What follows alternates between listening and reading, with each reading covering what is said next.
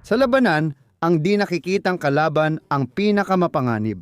Noong alas 11 ng gabi ng Setyembre 6, 1776 habang ang mga kolonya ng Bagong Mundo ay nakikipaglaban para sa kanilang kalayaan laban sa Gran Britanya, ang barko ng kanyang kamahalan na Eagle ay nakadaong malapit sa Governor's Island sa New York Harbor.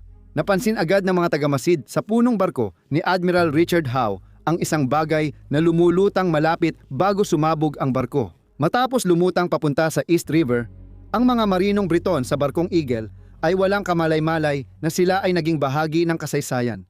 Dahil sila sana ang unang target ng kauna-unahang pag-atake gamit ang submarino. Nakatago sa ilalim ng madilim na tubig ng daungan ng gabing iyon si Ezra Lee na nagpapatakbo ng bariles na hugis, pinapandarang submarino na tinatawag na Turtle na ginawa ng Amerikanong inventor na si David Bushnell. Maaaring nabigo ang pag-atake sa Eagle, ngunit ito ang nagpasimula ng bagong panahon sa digmaang pandagat.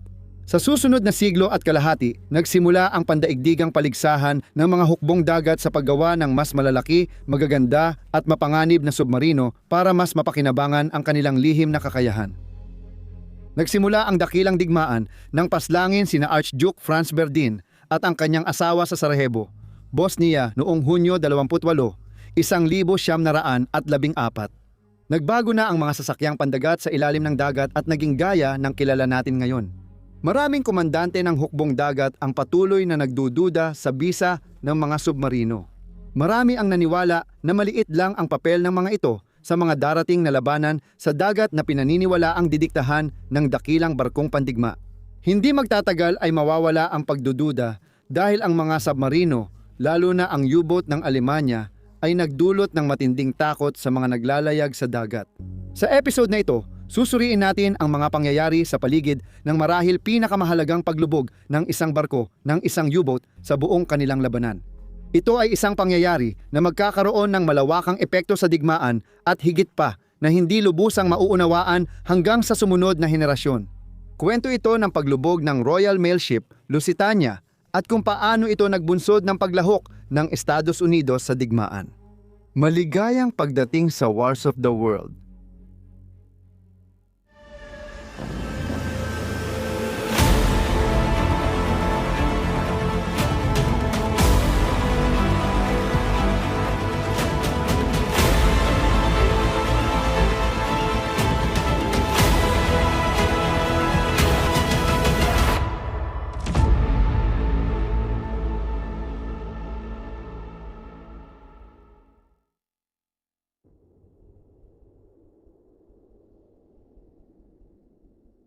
Noong 1904 na pasangkot ang Russia ni Tsar Nicholas II sa digmaan laban sa lumalakas na imperyong Hapon at naglunsad ng Emergency Re-equipment Program para labanan ang kapangyarihan sa Pasipiko. Matagal nang nahuhuli ang Russia sa mga karibal nitong Europeo pagdating sa teknolohiya ng mga sandata. Kaya, nang kailanganin ang fleet ng submarino, nilapitan ng imperial na hukbong dagat ng Russia ang kumpanyang Aleman na Krupp para gumawa ng tatlo. Ang tatlong submarino, kilala bilang Karp class, ay 39.6 na metro ang haba at may displacement na 200 at 10 tonelada sa ibabaw ng tubig. Kaya nitong sumisid hanggang 29 na metro at may saklaw na 2,320 kilometro. Ang pangunahing sandata ng mga Karp ay isang 487 mm, 18 pulgada torpedo tube at 2 panlabas na torpedo. Huli nang natapos ang tatlong barkong Karp class kaya di nakasali sa digmaan laban sa Hapon. Napansin ng imperial na hukbong dagat ng Alemanya ang kanilang pagganap, lalo na't nahuhuli na ito sa ibang malalaking kapangyarihang pandagat. Sa mga sasakyang pandagat na kayang sumisid, lalo na ang karibal nila mula Britanya at Pransya. Ito ay sa kabila ng katotohanan na ang industriya ng Alemanya ay gumagawa na ng mga makabagong disenyo tulad ng Karps. Kaya inutusan ang Krupp na gumawa ng binagong Karp class para sa hukbong dagat ng Alemanya. Ang bagong bangka ay mas malaki, may mas mahabang saklaw, at lahat ng torpedo ay nasa loob. Pumasok sa serbisyo noong Disyembre 14, 1900 at 6 ang bagong sasakyang dagat ang naging panimula ng armada ng mga submarino na tinawag ng German Admiralty na Untersee Boots. Kaya, bilang simula ng Rebolusyong Pandagat, tinawag ang bagong sasakyang dagat na U-1 at ang bawat kasunod ay nadagdagan ang bilang sa loob ng 8 taon. Ang imperial na hukbong dagat ng Alemanya ay mabilis nakahabol sa dating mga karibal gamit ang 20 handang labanang U-boat nang sumiklab ang digmaan.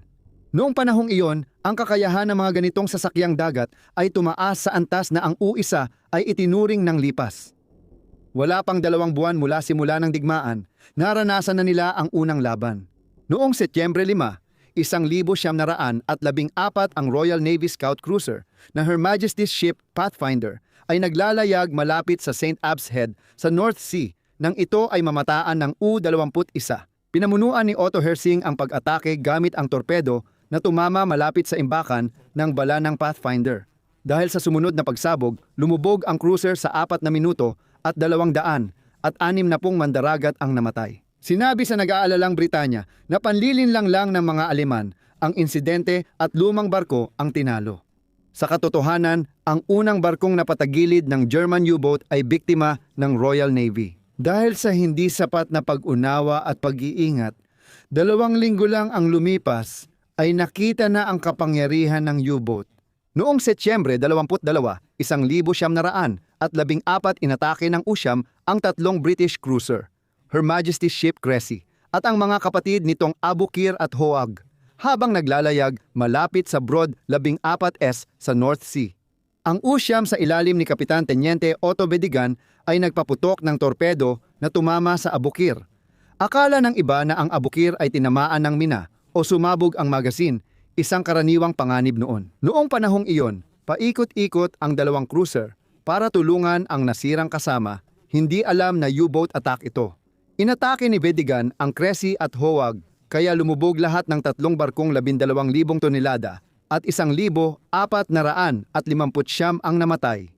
Nakakagulat ang tagumpay ng submarino at hindi na muling kinwestiyon ang kanilang banta. Gayunpaman, bahagi lang ng trabaho ng tripulante ng submarino ang paglubog ng barkong pandigma. Mas mahalaga ang paglubog ng barkong kargamento at transportasyon ng kalaban. Alam ng mga pinunong Aleman na umaasa ang Britanya bilang maliit na pulo sa imperyo nito para sa kapangyarihan.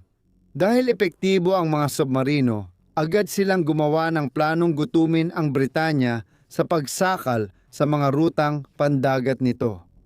Matagal nang binablokade ng Britanya ang Alemanya na hindi kayang tapatan ang Royal Navy. Sa ibabaw ng tubig, mainam ang mga U-boat pero may problema para sa tripulante ng submarino.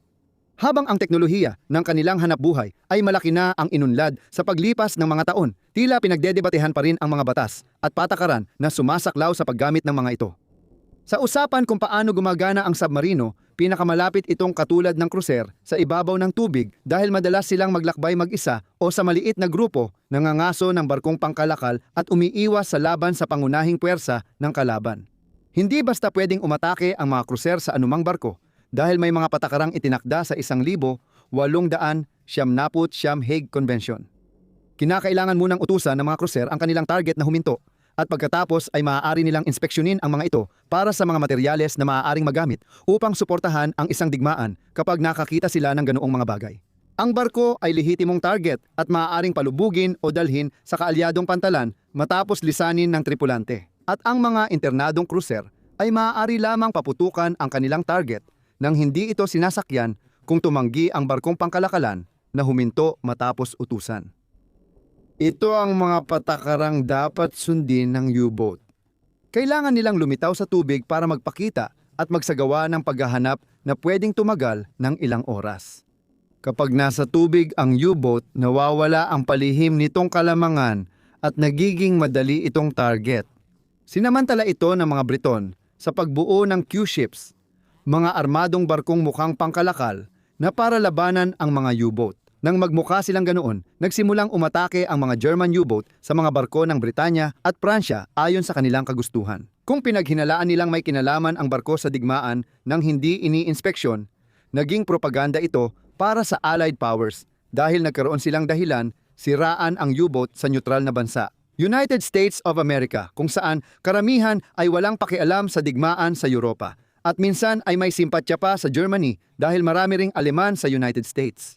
Maraming leader ang turing sa Britain at France ay mga karibal, hindi kaalyado.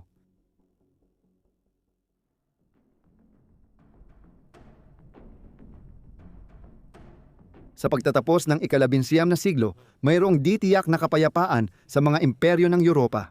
Pero hindi iyon naging hadlang para magpaligsahan sila sa ibang paraan para sa industrial at ekonomikong dominasyon sa pandaigdigang entablado kahit na para lang sa pansariling prestihiyo. Isa sa mga larangan kung saan matindi ang kompetisyon ay sa mundo ng mga ocean liner, lalo na sa kumikitang ruta ng North Atlantic. Habang nagsisimula ang mga unang hakbang tungo sa tunay na ekonomikong globalisasyon, naging mas mahalaga ang kakayahang mabilis at maramihang maglipat ng mga tao at kalakal sa pagitan ng lumang mundo ng Europa at ng bagong mundo ng Hilagang Amerika. Nakatulong dito ang pagdating ng steam na barko na mas mabilis, matibay at hindi apektado ng hangin kaysa sa dating mga barkong may layag. Gayunpaman, hindi sapat na basta lang magtayo ng isang fleet ng mga mahusay na barkong pampasahero. Para dito, kailangang magtayo ang mga pangunahing linya ng Europa at Amerika ng pinakamalaki, pinakamagarbo at pinakamabilis na barko para maakit ang pinakamayayaman sa magkabilang panig ng Atlantiko. Ang suporta nila ay nagpapataas ng reputasyon at nagpapatunay ng pambansang kahusayan.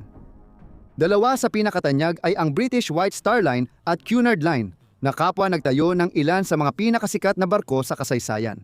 Bagamat kilala ang mga barkong ito sa marangyang unang klasing bahagi, ang tunay na kita ay galing sa pagdadala ng libu-libong pamilyang manggagawa. Taon-taon, pumupunta sa Amerika para maghahanap ng mas magandang buhay. Noong panahong ito, nais ni John Pierpont Morgan, isang Amerikanong bangkero na magmonopolyo sa pagpapadala sa Hilagang Atlantiko. Nagsimula silang mag-ipon ng shares, makipagkasundo sa pamumuhunan o basta bumili ng maraming kumpanyang kasali sa negosyo. Noong 1900 at dalawa binili ng International Mercantile Marine Company ni John Pierpont Morgan ang White Star Line at nakatuon na siya ngayon sa Cunard. Mukhang magiging katulad ng White Star Line ang Cunard. Nalulugi ang kumpanya dahil sa kompetisyon mula kay Morgan at modernong German na barko. Sa halip na sumuko, nakita ni Lord Inverclyde ng Cunard ang sitwasyon bilang pagkakataon. Lumapit si Lord Inverclyde sa pamahalaang Briton para humingi ng pautang upang makapagpatayo ng dalawang bagong modernong barko na magpapanatili ng watawat ng Britanya na iwinawagayway sa buong North Atlantic, pati na rin ang pambansang dangal. Ang pangunahing alas ni Lord Inverclyde ay ang pangakong dahil ang mga barkong ito ay susuportahan ng gobyerno. Maaari silang gamitin ng Admiralty para maghatid ng mga sundalo o maging bilang mga armadong auxiliary cruiser sa panahon ng digmaan na kamakailan ay ginawa ng Cunard para sa kanila noong ikalawang digmaang Boer sa Southern Africa. Habang si Morgan ay nagbigay rin ng katulad ng mga pangako sa kanyang pagtatangkang bilhin ang Cunard, mas mabigat ang argumento ni Lord Inverclyde. Kaya noong Hunyo 1900 at 3 ipinagkaloob ang pautang na 2.6 milyong libra. Katumbas ng halos 200 at 41 milyong libra o 200 at 77 milyong dolyar ngayon. Binigyan ng Royal Mail ang mga barko ng kontrata para maghatid ng parsela at liham para matustusan ang kanilang operasyon. Upang matiyak na tutuparin ng Cunard ang kasunduan sa Royal Navy, nakialam ang Admiralty sa disenyo ng barko para masiguro na matutugunan ang kanilang pangangailangan sakaling magkadigmaan muli. Ang dalawang barko ay tinawag na Royal Mail Ship. Royal Mail Ship dahil sa papel nila sa British Postal System at pinangalanang Lusitania at Mauretania. Sa paggawa ng disenyo ng magkakambal na barko, napagdesisyonan nilang gumamit ng mas modernong steam turbine engines na gawa ni Charles Parsons.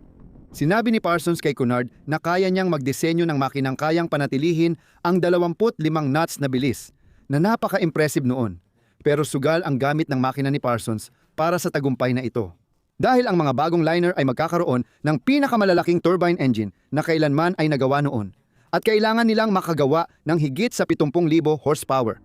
Ang pinakamalaking makinang ganito noon ay ginamit sa Invincible class battle cruiser ng Royal Navy at kaya lang maglabas ng 40,000 horsepower. Dahil sa dami ng pangako, nagpasya ang design committee na gamitin ang makina ni Parsons. Nagsimula ang konstruksyon noong 1900 at 4 at noong Hunyo 7, 1900 at 6 na opisyal na inilunsad ang Royal Mail Ship Lusitania ni Ginang Inverclyde. Kasunod ang kapatid nitong barko noong Setyembre 20 ng parehong taon na may bigat na 31,000 tonelada. Ang mga barko ay dinisenyo upang magsakay ng humigit kumulang 2,278 na pasahero, kung saan higit sa kalahati ay mga third class na mamamayan. At ang kanilang transportasyon ay ipinagkatiwala sa 27 na opisyal at crew. Ang Lusitania at Mauretania ay madaling umabot sa 25 knots at kaya ring 26 knots sa maikling panahon kapag pinilit. Pinayagan nitong magkasamang makuha ng dalawang barko ang hinahangad na Blue Riband, isang parangal na ibinibigay sa mga barkong may pinakamabilis na pagtawid sa North Atlantic. 20 taon nang hawak ng Mauretania ang record, ngunit naapektuhan ang prestihiyo ng Cunard ng nalalapit na paglulunsad ng bagong Royal Mail Ship Titanic ng White Star Line. Gayunpaman, ang kilalang trahedyang sinapit ng Titanic at ang bahid na iniwan nito sa mga kapatid nitong barko ay nagresulta na. Kahit nawala ang reputasyon ng Cunard sa media, hinahangaan pa rin sila ng publiko, lalo na sa Liverpool, England at New York, United States of America, na madalas nilang binibisita para sa mga eliteng Anglo-Amerikano.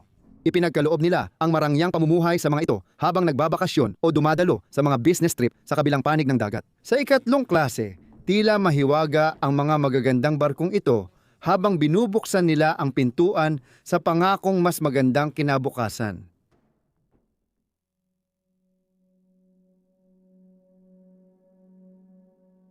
Nang magsimula ang digmaan sa Europa, noong 1914, inaasahan ng Britanya na tutuparin ng Cunard ang kasunduan nila.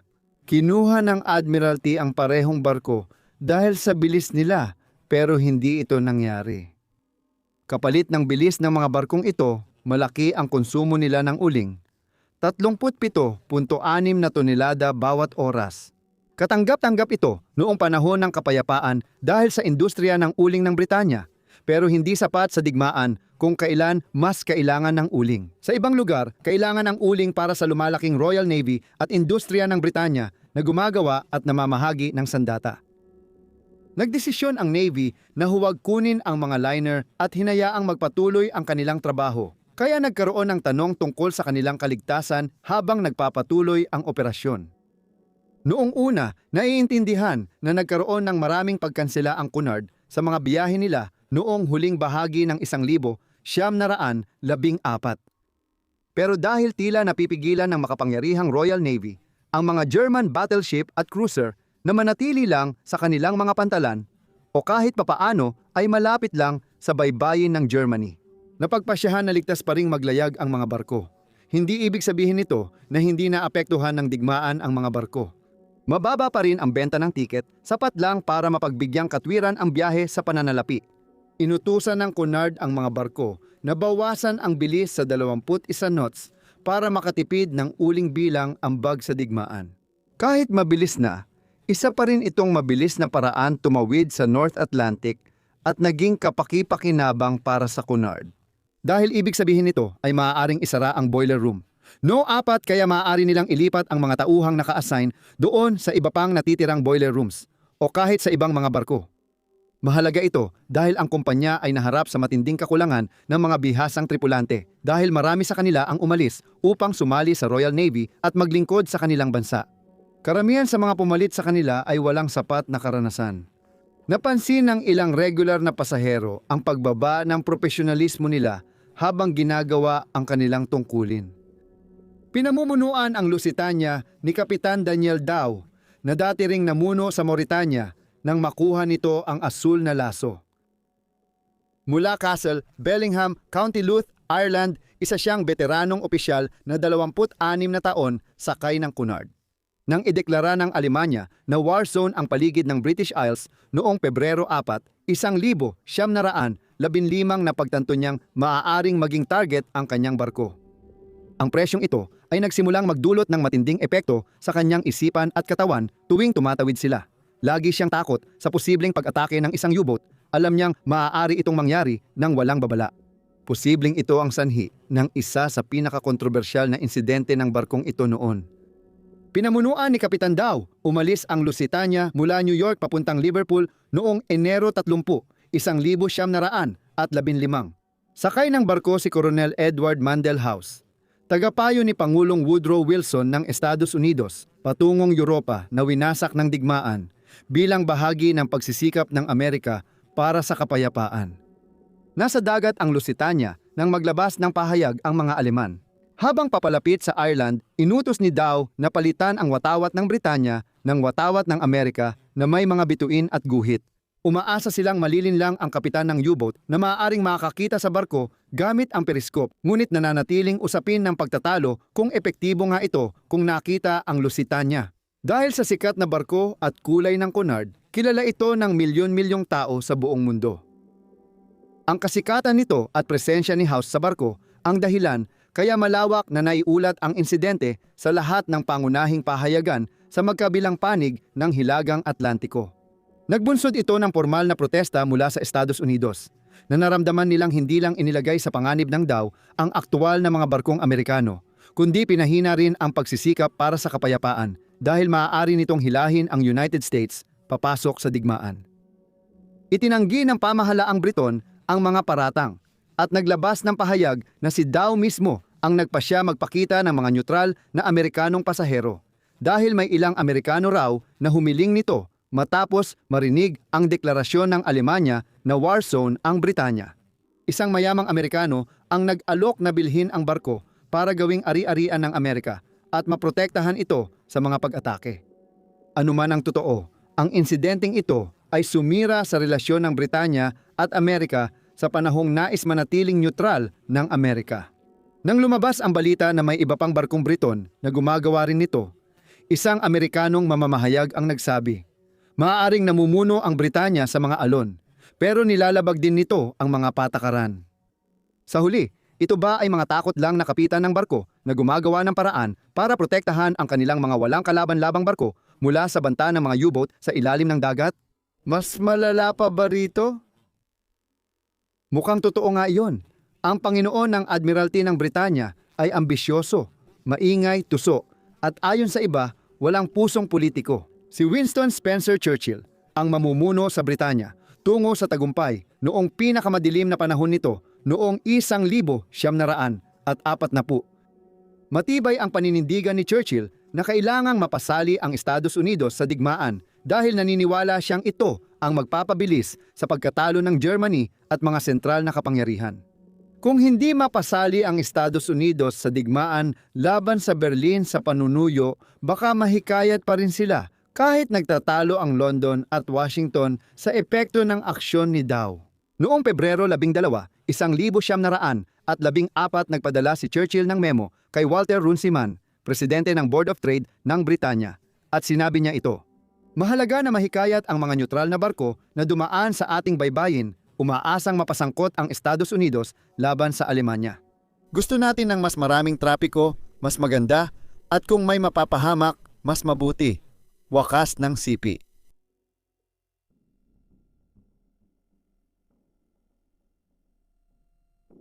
Ang huling pagtawid. Dahil sa kontrobersya kay Dow, naging pangunahing target ng mga German U-boat ang Lusitania. Noong Marso 1915 pinamunuan ni Kapitan Teniente Bernhard ang U-27, 2 araw naghintay si Wegener sa labas ng Liverpool para sa barko. Tumanggi siyang palubugin ang ibang sasakyang dagat malapit sa kanya. Dahil sa takot, baka matakot at umatras ang kanyang pangunahing target. Noong Marso 5, bumalik si Wegener sa Alemanya, pero kinabukasan, pinasok ni Dow ang Lusitania sa Liverpool na nagdulot ng mas malaking kontrobersya. Nag-ayos ang Admiralty ng escort para sa Lusitania, pero hindi ito natagpuan dahil sa kalituhan at hinala ni Dow at Cunard.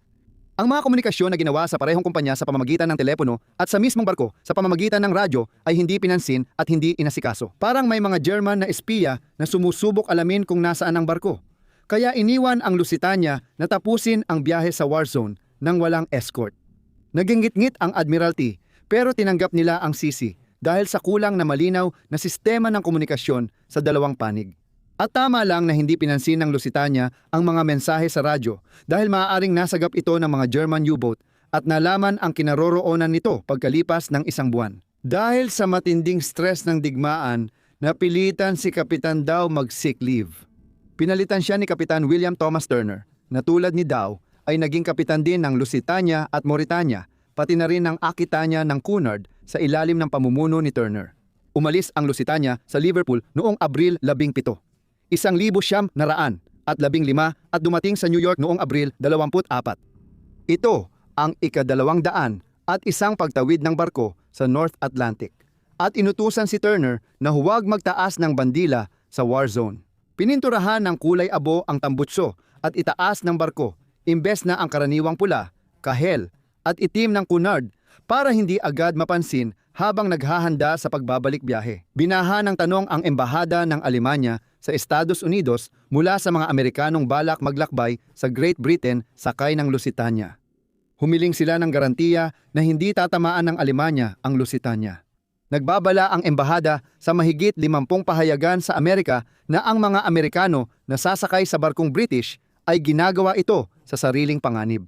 Madalas inilalagay ang babala sa tabi ng mga patalastas ng tiket para sa Lusitania upang bigyang diin ang punto. Gayunpaman, maraming kumundena rito, kabilang si Kapitan Turner. Bukod pa rito, maraming Amerikano ang nagalit sa banta. Itinuturing nila ito bilang isang insulto sa kanilang sarili, sa kanilang pagiging neutral at sa karaniwang kagandahang asal. Ganito rin ang opinyon ni Alfred Vanderbilt, 37 mayamang negosyante at sportsman mula New York, nasakay ng Lusitania papuntang pagpupulong ng International Horse Breeders Association. Bago umalis kasama si Ronald Denyer, si Vanderbilt na hindi marunong lumangoy ay nakatanggap ng misteryosong telegrama na nagbababala na huwag sumakay sa Lusitania, ngunit hindi niya ito pinansin. Marahil hindi rin pinansin ang babala dahil doon. Kasama sa barko si Elbert Green Hubbard, isang manunulat na papuntang Europa upang kapanayamin ang mahalagang tao tungkol sa digmaan. Si Kaiser Wilhelm II ng Germany ay naka-schedule umalis ng 10:00 ante Meridiem noong Mayo 1, 1915. Naantala ng 2 oras ang Lusitania para hintayin ang 41 pasaherong nawalan ng upuan. Cameronia, ginamit ng Admiralty sa serbisyo. Dumating ang 173 toneladang Amerikanong rifle bala at granada sa barko, kaya kinatakutan ng marami at naging dahilan para maging lehitimong target ang Lusitania. Bagaman ito ay maliit lamang kumpara sa laki ng mga kargamentong armas na dinadala ng mga totoong kargamentong barko na ginagamit ng pamahalaang Britanya. Medyo nahuli kaysa sa orihinal na plano, umalis ang Lusitania mula New York gaya ng ginawa nito ng mahigit 100 beses noon at naglayag patungong North Atlantic, pasilangan patungo sa digmaan sa Europa. Pagkatapos, ilang oras pa lang mula nang magsimula ang paglalakbay, nakarating kay Turner ang balita na may 3 tago na natagpuan sa pantry ng tagapagsilbi at hindi basta-basta lang na mga tago. Mga Aleman ang mga ito. Tumanggi ang 3 lalaki magbigay ng detalye kaya ikinulong sila sa bakanting kabina habang tumatawid sa dagat. Mula nang lumubog ang barko, may historiador na nag-isip na konektado ang 3 tago sa tagapagsilbi. Si John Neil Leach, na bagamat Briton, ay kilalang nakikisama sa mga simpatya sa Aleman at mga espiya na nag-ooperate sa New York. Dahil sa banta ng mga Aleman at sa nangyari sa barko, ilang pasahero ang humiling kay Turner ng lifeboat drills para sa kanila at tripulante. Pinagtibay pa ito ng mga veteranong pasahero na napansing hindi kasing husay ng dati ang kalidad ng mga bagong tripulante sa pagsasanay. Tumanggi si Turner at pinakalma ang mga pasahero na kahit bumaba sa 21 knots ang bilis ng Lusitania, mas mabilis pa rin ito kaysa U-boat na 15 knots lang. Nakakapanatag para sa karamihan ang kumpiyansa ng kapitan, ngunit habang papalapit ang barko sa British Isles. Dahil sa pag-iingat, maraming pasahero ang natulog sa deck, upuan o pansamantalang higaan upang hindi maipit sa ibaba. Sa Britanya, sa Admiralty, lumalago ang pag-aalala tungkol sa Lusitania kung sila ay tatamaan ng torpedo o mina. Nabasa ng British intelligence ang mga code ng Aleman at minamanmanan nila ang ilang U-boat na parang mga pating sa paligid ng bansa. Ang U-20 ay naging matagumpay kahit mabagal ang simula ng kanilang pagpapatrolya sa baybayin ng Katimugang Ireland. Sa ilalim ng pamumuno ni Kapitan Teniente Walter Schwieger, Pinatigil at pinalubog ng U-boat ang schooner Earl of Lotham noong 5 ng Mayo, sinundan kinabukasan ng mga freighter na SS Candidate at SS Centurion, na umabot sa mahigit 11,000 tonelada ng barkong British. Habang minumonitor ang U-20, may mungkahing babalaan o ilihis ang Lusitania mula sa ruta ng U-20, ngunit nag-aatubili silang gawin ito. Dapat maingat gamitin ng British ang impormasyong mula sa nabasag na German code. Dahil sa takot na mabistong alam na ng mga Aleman ang kanilang lihim, maaaring mapalitan ito. Dahil dito, isang babala tungkol sa U-boat ang ipinadala sa Mayo 6, kasunod ng isa pang mensahe makalipas ang kaunti. Ngunit dahil halos araw-araw na ang mga babala tungkol sa U-boat para sa mga barkong nasa paligid ng Britanya, at kakaunti lang ang mahalagang impormasyong nakapaloob dito, hindi gaanong pinansin ni Turner ang mga mensahe. Sinabi lang nila sa kanya ang alam na niya. Papasok siya sa war zone.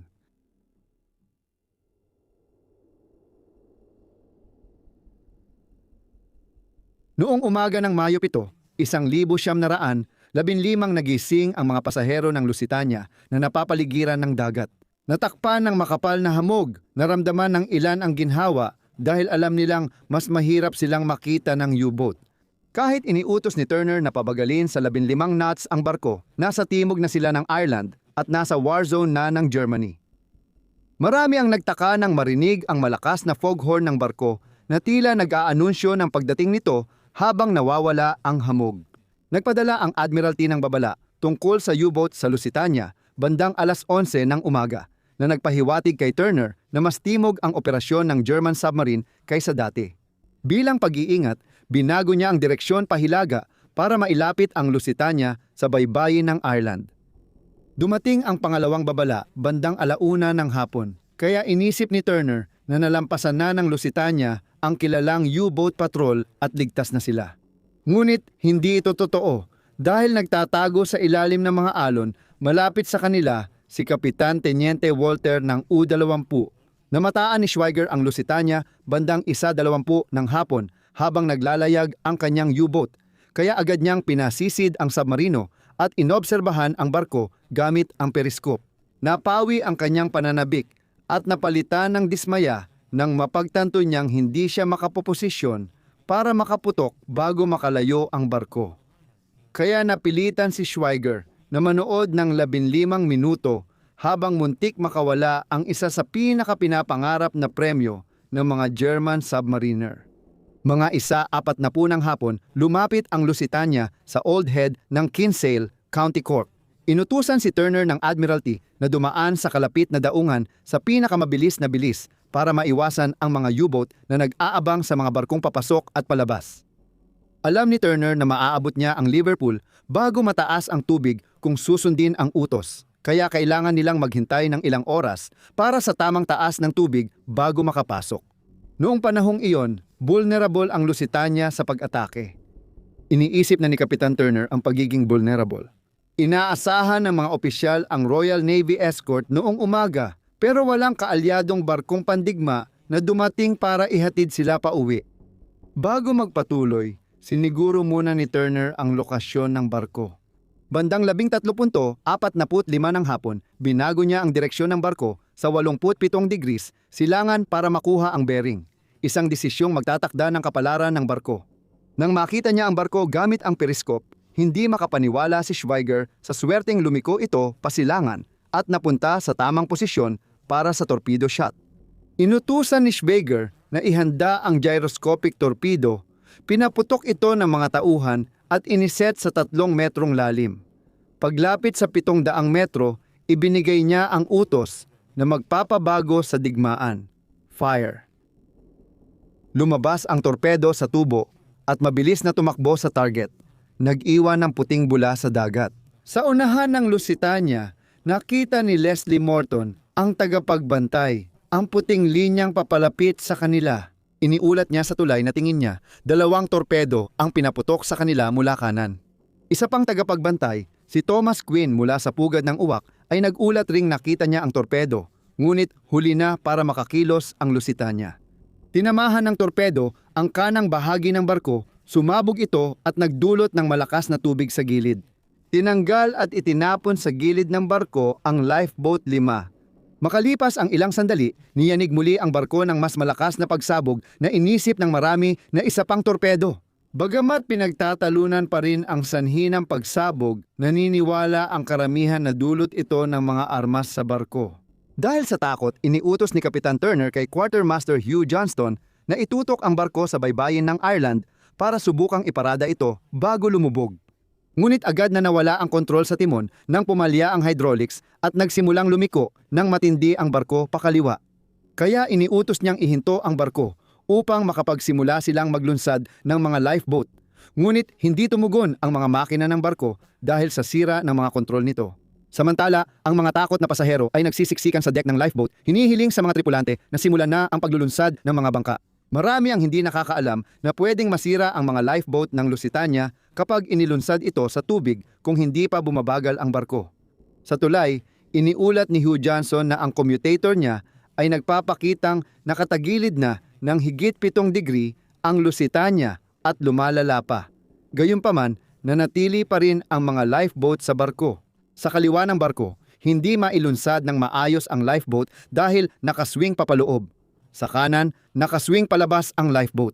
Ibig sabihin, kapag nagsimulang lumikas ang mga tao sa barko, kailangan nilang tumalon sa mas malawak na agwat na may malamig na dagat sa ibaba. May kaunting ginhawa doon. Nakita ng Queenstown ang distress signal mula sa nasirang barko, kaya mabilis naghanda ang mga bangkang pangisda at trawler para tumulong. Pero aabutin pa ito. Napansin ni Schweiger sa kanyang periscope na mas mabilis lumubog ang Lusitania kaysa inaasahan niya kahit isang putok lang ang pinakawalan niya. Nang makita niyang nagtagumpay siyang palubugin ang sikat na barko, nagpasya siyang umatras at bumalik sa kanilang base. Inamin niya kalaunan na wala siyang lakas ng loob na magpaputok pa ng pangalawang beses. Ang pagsisikap na lisanin ang Lusitania ay malayo sa pagiging maayos. Habang hindi maayos na mailunsad ang mga lifeboat sa kaliwang bahagi ng barko, nagpasya ang mga tripulante na putulin na lang ang mga ito at hayaang dumulas pababa sa katawan ng barko papunta sa tubig. Para kahit paano ay lumutang ang mga ito at malangoyan ng tao. Sa kanang bahagi ng barko, hindi bababa sa 3 sa mga lifeboat ang natapon ang mga sakay sa dagat habang sinusubukang ibaba ang mga ito sa tubig. Nailunsad ang lifeboat number 18 nang walang utos ni Kapitan Turner ng pasaherong si Isaac Lehman. Nagresulta ang magulong pagbaba ng lifeboat sa pagbalik nito sa barko at pagdurog ng ilang pasahero kabilang ang 2 magkapatid na babae. Habang lumalayo ang Lusitania sa mga lifeboat dahil sa pagtaob, ginamit ang mga upuang pangdek bilang tulay sa huling ilang bangka habang pumapasok ang tubig. Sandaling naitama ang pagtaob ng barko, kaya nagkaroon ng maling pag-asa ang ilan na tapos na ang pinakamasama. Ngunit nagpatuloy pa rin ang paglubog ng barko. Nagpaiwan si Kapitan Turner sa tulay ng barko, pinamunuan ang tauhan hanggang abutin siya ng tubig bago inutusan si Hugh Johnston na iligtas ang sarili. Umalis si Turner sa tulay ng barko, ngunit nanatili pa rin siya sa kanyang barko. Huling nakita na sinusubukan niyang iwasan ang papalapit na tubig hanggat maaari. Kasabay ng huling sulyap sa kanyang barko, siya ay naglaho sa ilalim ng alon 18 minuto matapos tamaan ng torpedo.